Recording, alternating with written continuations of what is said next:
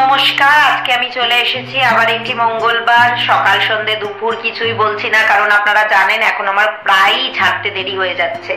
আসলে কি হয় জানেন, ওই যে বলি, একে তো একটা কথা আমি আগে আপনাদেরকে বলে দিই, আমার কিন্তু প্রথাগত যে শিক্ষা মানে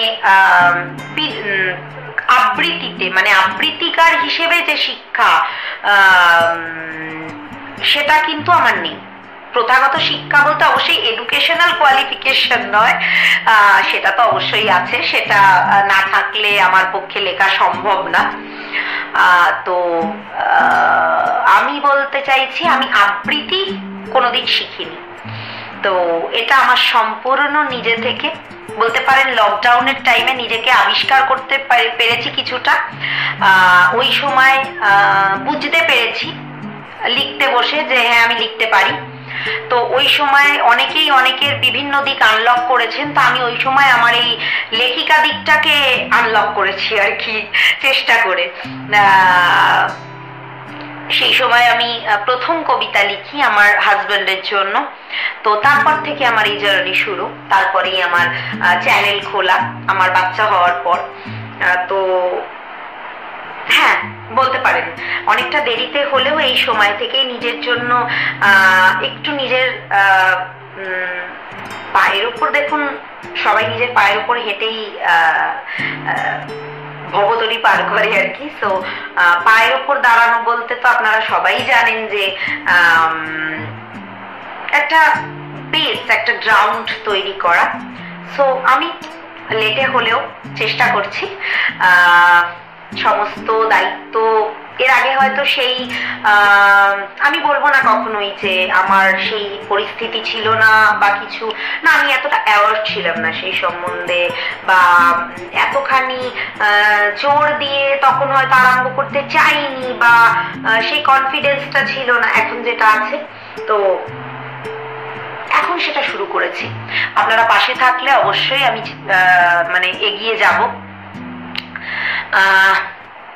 আর একটা কথা আমি বলে দিই, আমার কিন্তু মানে যেটা আমার বলতে কোনো লজ্জা নেই। দেখুন আমি মানে আমি যখন পরীক্ষা দিতে বসতাম না, টিচাররাও আমার হাতের লেখা খুব একটা বুঝতে পারতো না। ওই সেই আরশোলার পায়ে, এর আগের দিন আমি বলেছি, আরশোলার পায়ে কালি লাগিয়ে ছেড়ে দিই খাতার উপর যেরকম হবে, আমার হাতের লেখা খানিকটা সেরকম। এবার ধরুন অনেক দিন আগে কবিতাটা আমি লিখে রেখেছি, ভুলে গেছি, তো পড়তে গিয়ে নিজেই ভুল করে ফেললাম। এবার সেই জায়গাতে আমাকে না নিজের মতো করে ব্যাক মাইন্ডে চলতে থাকে কি বসাবো কথাটা ওখানে। তো সেই সময় অনেক সময় আমার ভুল হয়ে যায় বলতে গিয়ে কবিতা, যেহেতু আমার ওই প্রথাগত আবৃত্তিকার হিসেবে শিক্ষাটা নেই। আবৃত্তি কিরম করে পড়তে হয় আমি জানি না, সবাইকে দেখে নিজের মতো করে চেষ্টা করি। লেখাটা অবশ্যই নিজস্ব স্কিল, সেটা আমি লিখি, যেহেতু আমার মানে এডুকেশনের ফিল্ডটাই তাই ছিল। সো তো আমি চেষ্টা করি। তো আপনারা কেমন হচ্ছে অবশ্যই আপনারা বলবেন না, আমি না বুঝতে পারি না যে কবিতাগুলো শুনতে কেমন লাগে। হ্যাঁ, আমি তো নিজের কবিতা দেখুন নিজের ভালোই লাগে। তো বা একজন বললে বা কোথাও যদি ভুল ত্রুটি হয়ে গিয়ে থাকে, আমি আগে থেকেই তার জন্য ক্ষমা প্রার্থী। আপনারা জানান আমাকে, আমি তাহলে মডিফাই করার চেষ্টা করব। এবং আপনারা আমাকে অবশ্যই কবিতার বিষয়বস্তু সাজেস্ট করবেন, নাম আর আপনার জায়গাটা সমেত, আমি যাতে আপনাদের নামটা নিতে পারি। এবং আপনারা আমার পাশে আছেন তার জন্য আমি প্রতিদিনই আপনাদের কাছে আরো বেশি বেশি করে কৃতজ্ঞ। আগে আমার কবিতাটি পড়ে নিই। আজকে আমার কবিতা আমার আগেই লেখা, পড়ছি, অনেকদিন পরেই পড়ছি, তো ভুল ত্রুটি হতে পারে। হ্যাঁ, আগে থেকে বলে দিলাম, ওই জন্য আমি দেখে পড়ার চেষ্টা করছি, তাও যদি ভুল ত্রুটি হয় ক্ষমা করে দেবেন। আমার কবিতার বিষয়বস্তু হচ্ছে স্বপ্ন। স্বপ্ন হলো দুই প্রকার, ঘুমন্ত আর সব ইন্দ্রিয়ের সাথে জেগে থাকা স্বপ্ন। স্বপ্ন হলো দুই প্রকার, ঘুমন্ত আর সব ইন্দ্রিয়ের সাথে জেগে থাকা স্বপ্ন, যা সব আশার সাথে সযত্নে মনে পালিত, ধীর স্থির শান্ত। যা আমরা ঘুমের মধ্যে দেখি তা অনেক সময় মনেও থাকে না ঠিক করে। কোনো সময় তা ফলে, আবার কোনো সময় তা শুধুই দর্শিত। কিন্তু বাস্তবে যা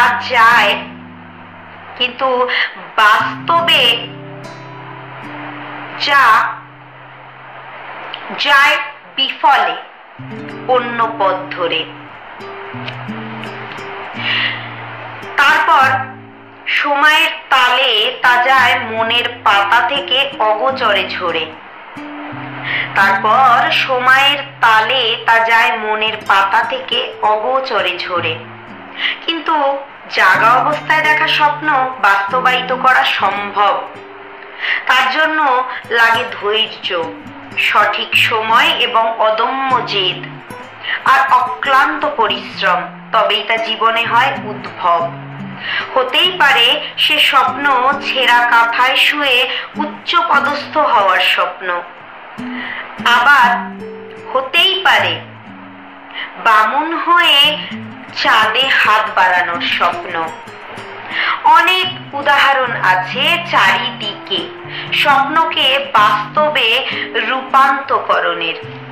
শুধু দরকার তা মনের গহীনে স্মরণের, তারপর ঝাঁপিয়ে পড়া লক্ষ্য পূরণে। তখনই পরিশ্রমের সাথে স্বপ্ন পূরণের গন্তব্যে পৌঁছানোর মাপকাঠি বাড়বে সমান্তকরণে। স্বপ্ন যখন শুধুই দেখা ঘুমের মাঝে, তখন তা হাসায়, কাঁদায়, সবই করে অবচেতনে। কদিনই বা তা জায়গা পায় মনে। তবে স্বপ্ন যখন দেখা চেতন মনে, তখন তা ডালপালা বিস্তার করে মস্তকে গোপনে। তখন তা ডালপালা বিস্তার করে মস্তকে গোপনে।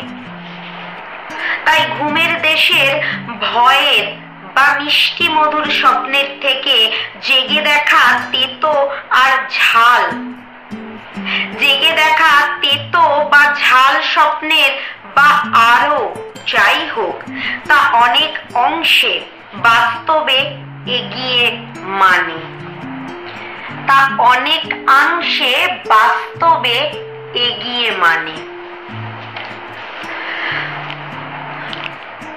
শেষের লাইনটা আমি বোঝাতে চেয়েছি যে তার মিনিং ইটস ভেরি ডিপ, ভীষণ গভীর তার মানে। কারণ সেটা আমাদের মস্তিষ্ক প্রসূত, মস্তিষ্কে তার জায়গা, সেটা আমাদের রিয়েল লাইফের, রিল নয়, বাস্তবের স্বপ্ন, যেটা আমরা অ্যাচিভ করতে চাই, জেগে দেখা স্বপ্ন। যারা এসআরকে ফ্যান রয়েছে তারা জানেন এই ধরনের কথা এসআরকেও বলেন। স্বপ্নকে বাস্তবে দেখতে হয়। কখনো ভাবতে নেই আমি ছোট, স্বপ্নটাকে বড় রাখতে হয়। এটা আমি খুব মানি। নাই করতে পারি অ্যাচিভ সেটা, কিন্তু স্বপ্ন কোনোদিন ছোট দেখতে নেই। আপনার ভেতরে যদি সেই পোটেনশিয়াল থাকে, সেই স্কিল থাকে, কপাল। যদি আপনাকে একটু সাথ দেয়, অবশ্যই আপনার প্রচেষ্টা, আপনার সফলতার জন্য আপনার হার্ড ওয়ার্ক, ফাইটার মনোবৃত্তি অনেক কিছুর উপর ডিপেন্ড করে। কিন্তু অ্যাচিভ হয়। তারাও মানুষ, যারা এগুলো অ্যাচিভ করেছে, আমরাও মানুষ। চেষ্টা করতে তো দোষ নেই, হলো হলো, না হলো না হলো। কিন্তু চেষ্টা না করে চুপ করে বসে থেকে শুধু কপালের দোহাই দিয়ে লাভ নেই। ওই যে একটা কথায় আছে না, বিনা যুদ্ধে নাহি দিব সুচাগ্র বেদী। আমি সেটা খুব মানি। চেষ্টা করছি, যদি এখানে লেখা থাকে, যদি ঠিকঠাক মতো নিজেকে প্রপার ওয়েতে হার্ডওয়ার্ক করে এগিয়ে চেষ্টা করতে থাকি, হয়তো সফল হতে পারবো। হয়তো মানুষ শেষ দিন অবধি জীবনে চেষ্টা করে, কজন পারে সেটা কিন্তু মানে রাখে না। কজন চেষ্টা করেছে সেটা মানে রাখে। আপনাকে সেই বেস করে কিন্তু মানুষ চিনবে, নাও হার্ড ওয়ার্ক করেছিল, তখন মানুষ বলবে যে হ্যাঁ তারপর পাইনি সেটা ওর কপাল। কিন্তু আপনি যদি চেষ্টা না করে অলসভাবে বসে থাকেন আর বলেন হায় রে আমার কপাল, কি করলাম, কিছু হলো না, আমার কপালে ছিল না তাই, আপনি দেখা গেল চেষ্টাই করেননি। কিন্তু চেষ্টা করে যদি না হয় সেটা আপনার মনের স্যাটিসফ্যাকশন। আমি চেষ্টা করেছি আমার 100% দিয়ে, তারপর হয়নি। আমি অবশ্যই মোটিভেশনাল স্পিকার নই, কিন্তু আমার বক্তব্যে বা আমার কথায় যদি কারোর এতটুকুনি মোটিভেশন বেড়ে থাকে, আপনারা মোটিভেট হয়ে থাকেন, সেটা আমার কাছে অনেক বড় অ্যাচিভমেন্ট আমি মনে করি। একটা মানুষের উপকারেও আমি নিজের যোগদানটা দিতে পেরেছি।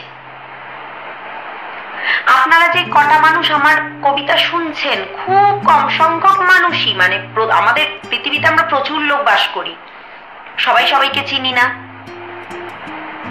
যে কজন মানুষের কাছে আমার কথা পৌঁছচ্ছে, আমি মনে করছি তার জন্য আমি নিজেকে ধন্য মনে করি, কৃতজ্ঞ আমি আপনাদের কাছে, আপনারা শুনছেন। এবং তাতে যদি আপনাদের এতটুকু কি বলবো মেন্টাল পিস এসে থাকে বা আপনাদের উপকার হয়ে থাকে, তাহলে আমি নিজেকে ধন্য মনে করব। আর অবশ্যই আমাকে জানাতে ভুলবেন না, আমি যদি একটা বেবি হওয়ার পর সমস্ত দায়িত্ব পালন করে হঠাৎ করেই নিজের শখটাকে, নিজের ভেতরের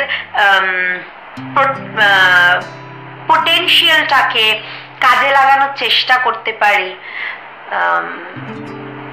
আফটার অপারেশন যদি আবার ঘুরে দাঁড়ানোর চেষ্টা করতে পারি, আমার মনে হয় সব মানুষ পারে, চেষ্টা করলেই পারে। যে যার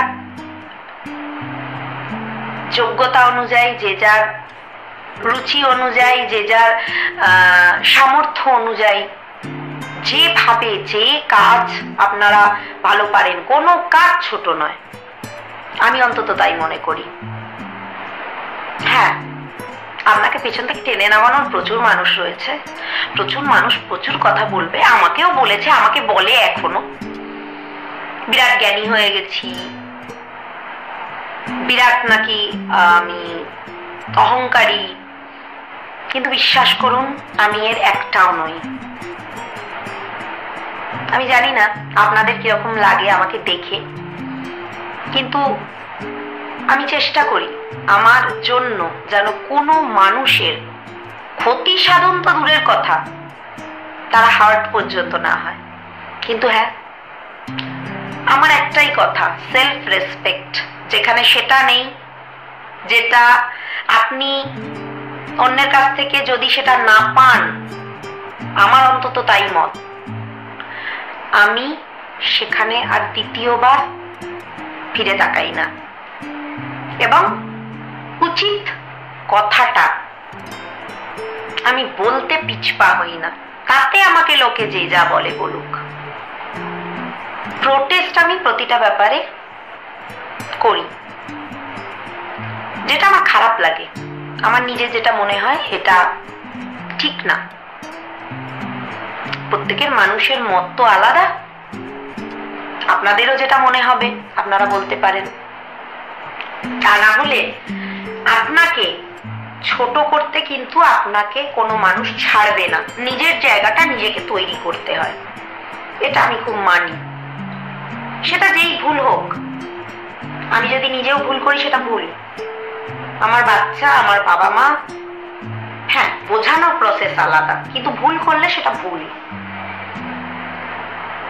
আগে নিজের সেলফ রেসপেক্ট, তারপর সবকিছু। আপনি যদি আপনাকে সম্মান না করেন, আপনাকে কেউ সম্মান করবে না। আপনি যদি আপনার রাইটসের জন্য না উঠে দাঁড়ান, আপনাকে সবাই পায়ের তলায় রাখবে, এটা মনে রাখবেন। ব্যাস, আর জ্ঞান দেবো না। রোজের মতো একটাই কথা বলবো, যদি ভালো লাগে চ্যানেলটি সাবস্ক্রাইব করতে ভুলবেন না, পাশে থাকা নোটিফিকেশন বেল আইকনটি হিট করে দিতে ভুলবেন না। চ্যানেলের নামগুলো আজকে আর বলছি না, প্রতিদিনই বলি। আর ফেসবুক পেজ থেকে দেখলে পেজটি ফলো করতে ভুলবেন না। আজকের জন্য ধন্যবাদ।